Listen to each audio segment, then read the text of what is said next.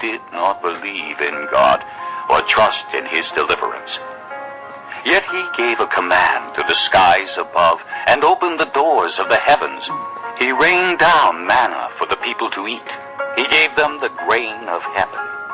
Men ate the bread of angels. He sent them all the food they could eat. He let loose the east wind from the heavens and led forth the south wind by his power.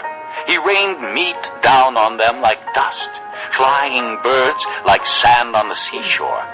He made them come down inside their camp, all around their tents. They ate till they had more than enough, for he had given them what they craved. But before they turned from the food they craved, even while it was still in their mouths, God's anger rose against them. He put to death the sturdiest among them, cutting down the young men of Israel. In spite of all this, they kept on sinning. In spite of his wonders, they did not believe. So he ended their days in futility and their years in terror. Whenever God slew them, they would seek him. They eagerly turned to him again. They remembered that God was their rock, that God Most High was their Redeemer. But then they would flatter him with their mouths, lying to him with their tongues. Their hearts were not loyal to him. They were not faithful to his covenant. Yet he was merciful. He forgave their iniquities and did not destroy them. Time after time he restrained his anger and did not stir up his full wrath. He remembered that they were but flesh, a passing breeze that does not return. How often they rebelled against him in the desert and grieved him in the wasteland. Again and again they put God to the test. They vexed the Holy One of Israel. They did not remember his power, the day he redeemed them from the oppressor, the day he displayed his miraculous signs in Egypt, his wonders in the region of Zoan.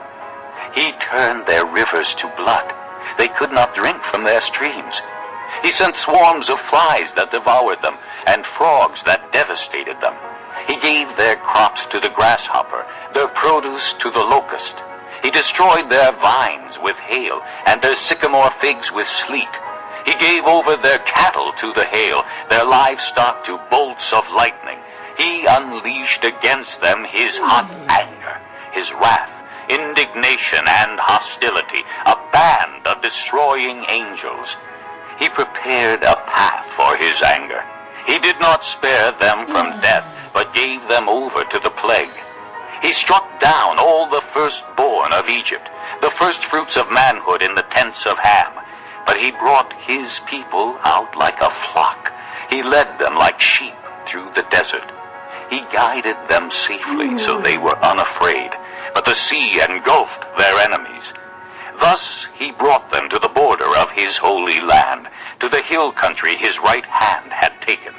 He drove out nations before them, and allotted their lands to them as an inheritance. He settled the tribes of Israel in their homes. But they put God to the test, and rebelled against the Most High. They did not keep his statutes. Like their fathers, they were disloyal and faithless, as unreliable as a faulty bow. They angered him with their high places. They aroused his jealousy with their idols. When God heard them, he was very angry. He rejected Israel completely. He abandoned the tabernacle of Shiloh, the tent he had set up among men. He sent the ark of his might into captivity, his splendor into the hands of the enemy.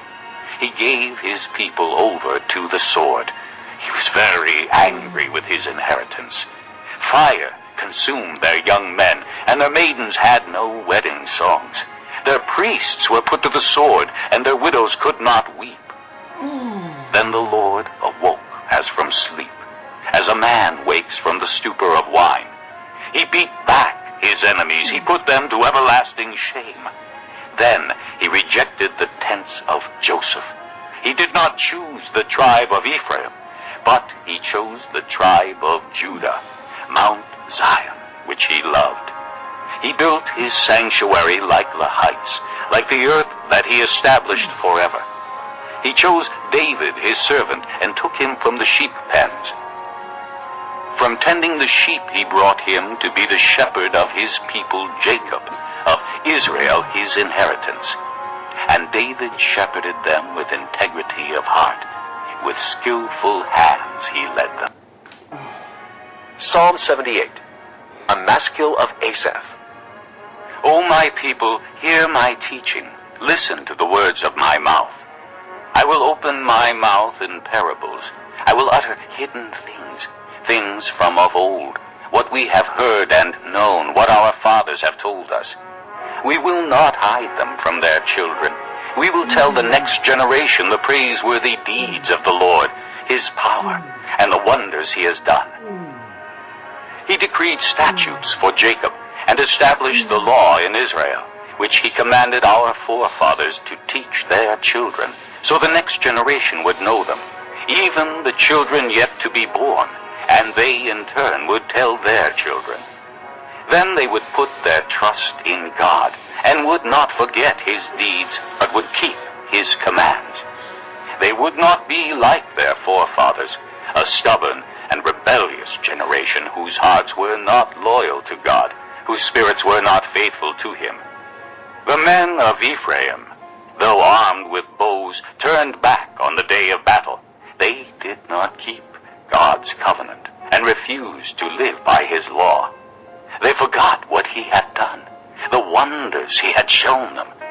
He did miracles in the sight of their fathers in the land of Egypt, in the region of Zoan.